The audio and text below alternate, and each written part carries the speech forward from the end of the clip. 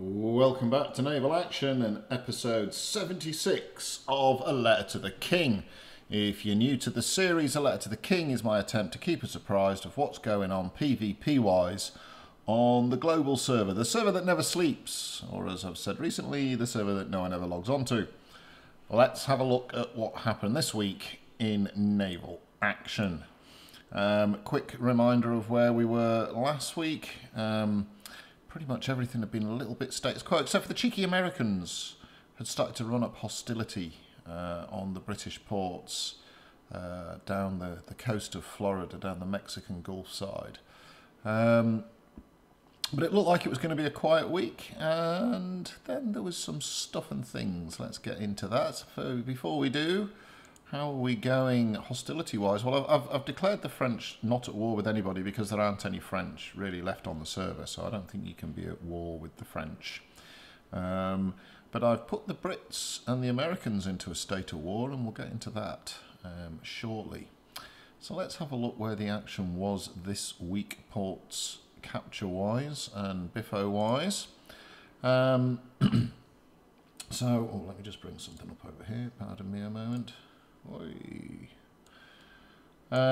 So the Americans have decided to retake the Gulf of Mexico by the looks of things, and they're marching up the coast here. In fact, they've captured this. This was flashing green and red, and I've managed to, like a Muppet, Pensacola. Is this Pensacola? I think it's Pensacola. When I took my screenshot, it was flashing red. So this has fallen. So basically, the Americans are running up the coast and pushing the Brits out of the Gulf of Mexico, which is a bit pesky because this is where lots of the sexy wood is, the live oak and the white oak. This is all happening in daytime for me, so I can't personally get up there and die helping to defend it. Interestingly enough, they seem to have left the pirates alone in New Orleans and are now working on, what would this be, Jeheil? This would be Jeheil. So it looks like the Americans are taking advantage of the lull to recapture some territories, maybe help them get some nice ships built for when we get the big patch coming in with the new version. The Swedes have sort of gone a little bit carrion in that they've started eating a lot of the dead French ports, and even some of they even gobbled up one of the Danish ports as well.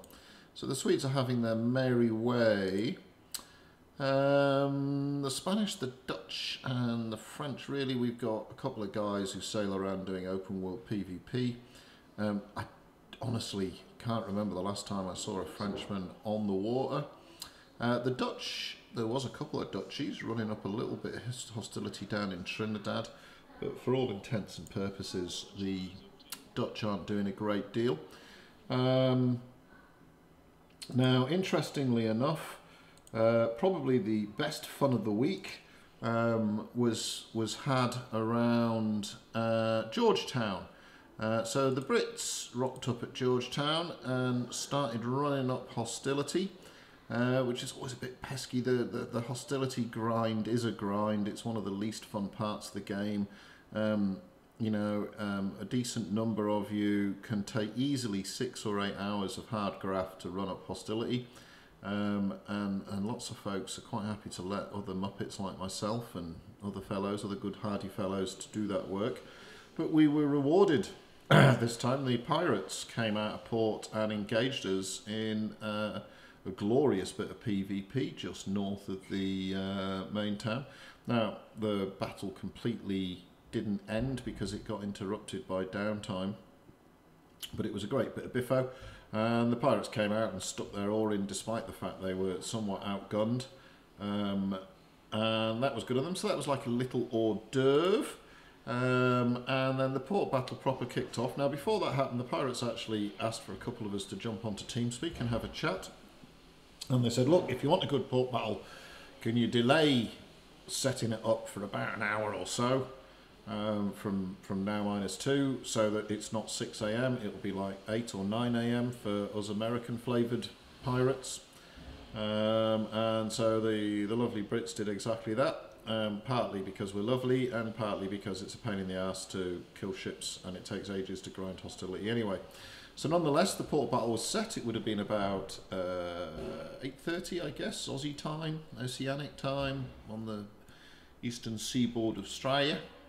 And it would have been 8 or 9 a.m. on a Sunday morning for the American flavoured pirates, and of course at 8 or 9 p.m. at night for the Aussie and Kiwi contingent. A little bit later, of course, for the Kiwis. And so the port battle kicked off. Now, the port battle was fought. This is the map of Georgetown. And as you can see, the forts are scary bastards here. The Brits came in, they sent one ship to this circle here, and they arrayed themselves in a crescent, a beautiful crescent, just beyond the firing range. This was mostly one clan with 3 or 4 makeups, and a second British clan entered. They sailed straight down the guts here and then went to A and just sat in A and captured A. The pirates arrayed themselves under the cover of their fort, and they were somewhat dismayed by the fort's lack of cannoniness, and the forts seemed to fire sporadically. Now, I have a bit of a theory as to this, and I'll go into it a bit later. As the Brits went down here, the pirates began to move. The Brits actually had a ship advantage, a 4-ship advantage over the pirates. However, the 5 Brits who sat in this circle literally did just that. They just sat in this circle, which meant the fight here was an even fight. And the pirates got the better of it. And in the end, by the time the battle was finished, it was a close battle. I think both sides were at some point over 800 points. Remember, you've got to get to 1,000 in a port battle. I'd say there was probably 4 reasons that the pirates won or held the port. I mean, it's always easier defending than it is attacking, but the Brits did have the numbers. So the first reason, and without doubt the most important reason, is the pirates played better than the Brits. And what do you mean, Jeheil? What do you mean the pirates played better than the Brits? Well, 2 factors stood out. Whenever a pirate ship was badly damaged, the pirates did a really good job of getting that ship out of the scrap and allowing it to retire to an area of relatively open water. Pardon me, sometimes for up to 15 minutes, where they could get 2 good repairs in. Whereas when a Brit ship was in trouble, the pirates were far better at isolating that ship and finishing the ship off, including myself. I got chased out the circle by 2 or 3. I was up here, I got chased out by 2 or 3 pirates who were after my weak side, and I got myself into a bit of a pickle. And they did a great job at finishing me off, working on hull and sail, so that you're stuck with that choice. If I don't fix my sails, I'm never going to be able to run away to repair. If I do fix my sails, it's 20 minutes before I can, 16 minutes before I can get another repair on. So the pirates did a really good job at A, protecting their own ships, and B, prosecuting death upon the wounded, like my good self. Now, the second reason the Brits failed in conquest is the guy who was meant to be bringing a mortar brig didn't front up, and that cost the Brits dearly, because we were going to send the mortar brig in here. The pirates would have struggled because of the wind to get around here. They would have also had to come through the entire British force to do it, which means this fort would have fallen, and quite likely this fort would have fallen. Not necessarily, but quite likely. And that would have been 280 points, which actually would have given the Brits victory on about the hour mark. And in theory, of course, stop these forts from being devastating against the wonderful timber of the British Navy. Although, like I say, the forts they seem to be very odd in how they fired. Now, I've got a bit of a theory. Obviously, they don't fire when you're out of range. But I've also got a bit of a theory that they don't fire at you when you're close to a friendly ship, like to a defender's ship. I think if you get close to a defender's ship, the forts just stop shooting at you. And of course, in the pell-mell that is a battle, you're almost always close to an enemy ship. And we'll cover that a little bit more. I've got a brilliantly done graphic. I spoke to Pixar this morning, and they've sent me almost a 3D rendering of what I mean. So we'll get to that. The third reason was, of the British fleet in there, about a third of the fleet, a quarter of the fleet, wasn't on comms. for various reasons that I don't want to go into because they make me grumpy monkeys. There's a little bit of discord. See what I did there? Bit of discord in the British nation at the moment, and we don't speak as a team. And it's particularly difficult to command any port battle. It certainly takes a wiser man than I to do it well. And it's because you have to be able to sail your ship, not die, do good stuff, and watch everybody else, and communicate to everybody else, and do it 15 minutes ahead of where you are. So good port battle commanders are far and few between, and I'm certainly not one of them. With the best part of a quarter to maybe a third of the British fleet not on comms, it meant we weren't really, our numerical advantage, really we didn't take advantage of it. I mean, we had 5 ships sitting here with 2 pirates sitting there, and they just didn't engage. When we did call for this circle repeatedly to move, sort of everybody moved. Anyway, such is life in the big city. So that was the third reason. And the fourth reason really comes down to command. The intended British fleet commander, a fearless chap of impeccable Aussie breeding, most likely inbreeding.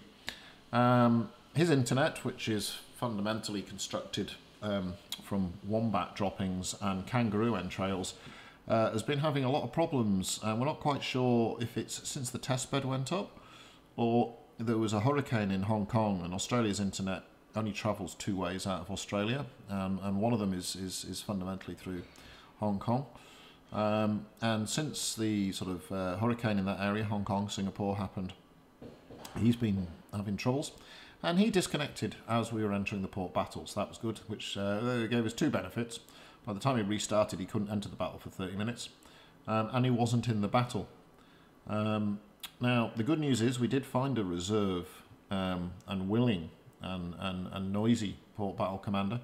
Unfortunately, and I have this on good authority, he'd been drinking for 8 hours because it's Father's Day in Australia, and Australian decorum on Father's Day is that your children take you to the pub, get you hammered, and carry you home, as every good child should do. And this particular wonderful father had done an excellent job of that, and he'd been at the pub for the best part of 8 hours. And as the port battle was kicking off, he was giving birth to a hangover. So this is a chap who even at full 100% brain capacity would have struggled to lead, and was nursing a rather nasty hangover, which you may still be able to hear in my voice, because that's one of the tragedies of getting old. These hangovers last more than a day. Anyway, the pirates run the port battle, sinking the best part of, I don't know, maybe 11 ships of the British side, to probably only losing 5 of their own. It was tighter than that until the end. You always get a cascade at the end once one side begins to tilt in their favour. Typically, most of the ships sink in the last half an hour, especially in 4th rates, even with the more sinky ships that we have these days. But probably the best part about this battle was, it was without doubt, as I think all of us agreed, the best fun we've had in ages. It was fought at a time which meant the pirates, although they couldn't get a full port battle fleet in, neither could the British incidentally, it was fought at a time where they could at least turn up with a good number of seasoned and hardened port battlers, and there was no sort of nastiness in the chat, and everyone left thinking that was great fun. Well done, everybody. And then not only that, after the port battle, there was, as quite often there is, the victors chased down the wounded, and there was a number of post port battle battles, 2 or 3 that I know of, and the good news is they did go in the favour of the Brits. So a little bit of sugar on top of these spice of not winning the port battle proper itself. So that was good. So for me, I actually managed to get a 3-course PvP meal. I had a really good battle leading up to the port battle in setting the hostility. We had great fun inside the port battle, and we had even more fun. Not even more fun. We had another good dollop of fun. The pudding, as it were. After the port battle, with some nice mixed ship biffo. And it was also very apparent there that if you're a captain who's set up strongly for boarding, my lordy jingos, you can cause people problems, especially with this thingo where you can, if your rum surgeon is off cooldown, you can really fool your boarding foe into boarding you, and then all of a sudden, you know, each turn you're ticking up 60 odd crew. And if you're tooled up with marines and the likes, haha upon the silly bugger who boarded you. But anyway, look, this for me was a great night's gaming, and hopefully for the Pirates they enjoyed it too. They had a great Sunday morning's gaming, I guess, if they were American, or Sunday evenings if they were Aussies. I think we all enjoyed it. I think we all had good fun. It was close, like I say. I think the Brits tickled 800 and something points at one point, which meant they were only 3 ships. Only needed to sink 3 pirate ships. The circles were changing hands left, right and centre. At one point the Brits had all 3, at other points the Pirates had a 2-to-1. So it was a great port battle, and it's just a great advert for the game for when it goes right. I don't think there was any real abuse going on anywhere, be it mechanical or verbal. So well done everybody who took part in that, and 0-7 to the Pirates. And don't forget, the main reason you won is because you did better than us. No other reasons, no excuses, no claiming you did any malarkey. Just good, honest, well done chaps. So that was that.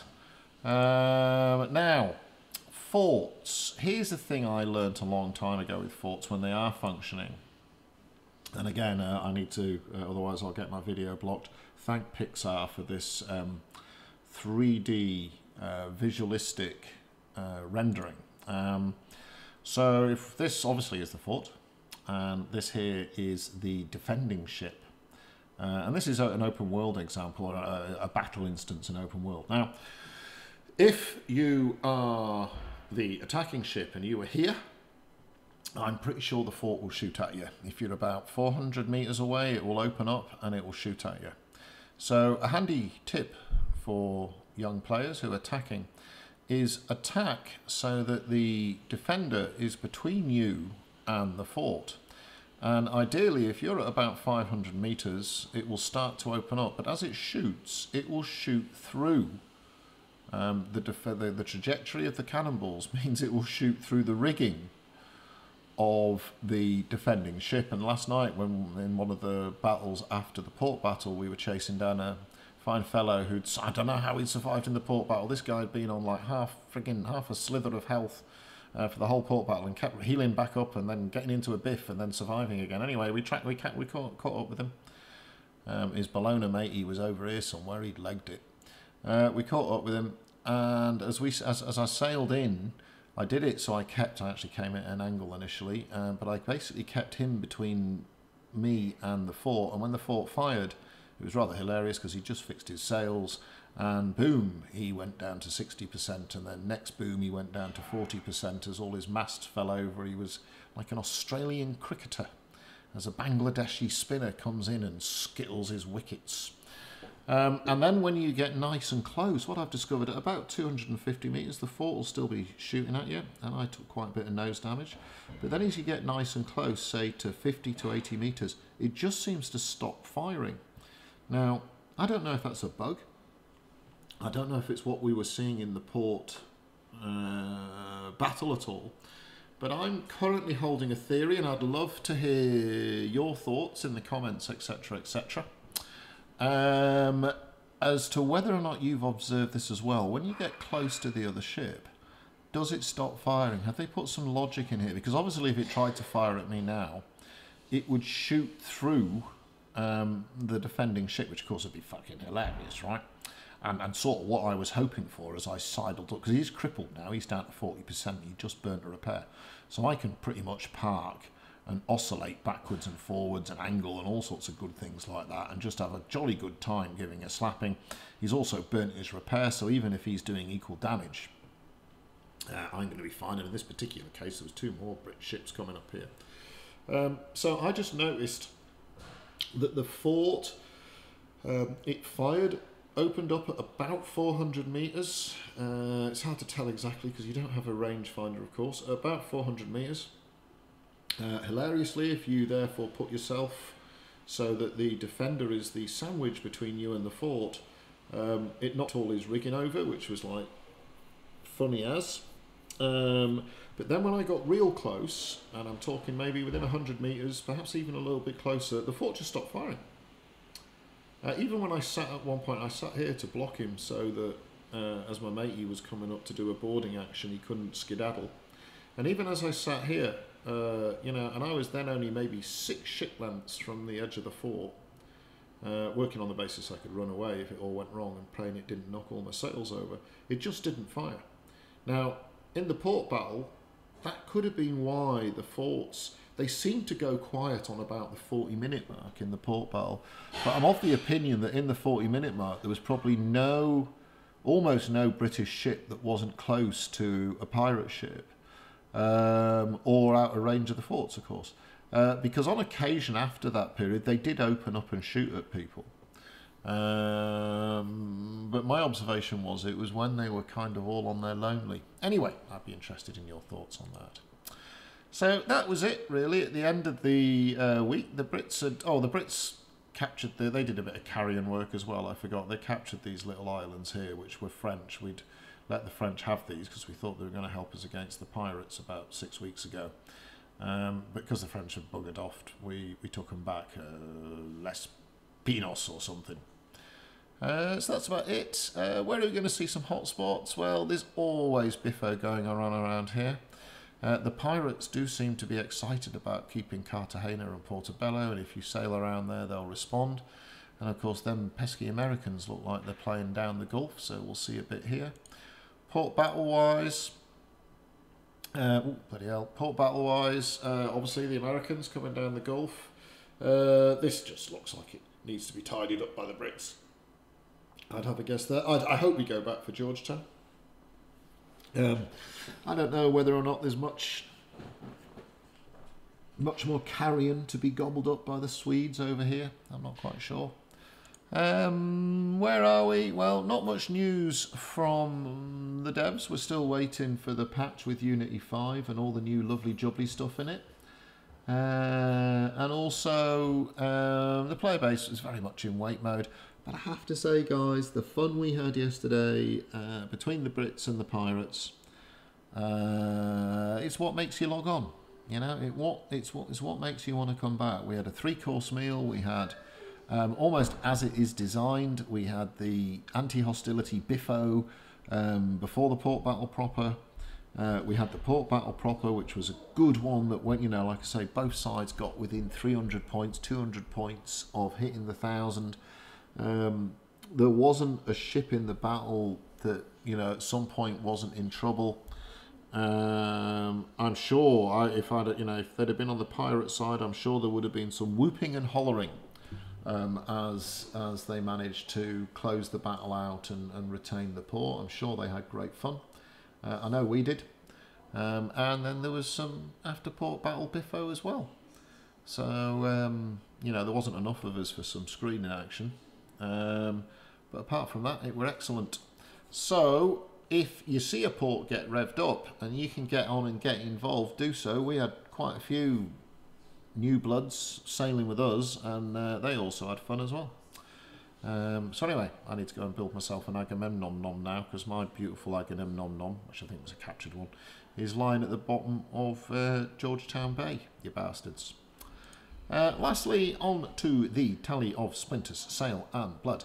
The Brits lost a port overall. That's basically because those pesky Americans were grabbing up ports, but somewhat countered by the fact we took the 4 back off the Frenchies. The Danes lost a region to the Swedes, as did the French, and that's about it. So that's about it for this week's naval action. It would have been a very dull week if we hadn't have had our fun at the weekend with Georgetown.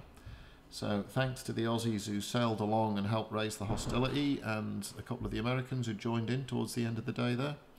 And thanks to everyone who came along to the port battle, even them pesky dirty pirate gits. And that's about it for this week. Let's hope we can get another fun port battle in next week, eh? And I'll see you then. So give us a like, give us a subscribe. I'll see you on the ocean. and I'll catch you.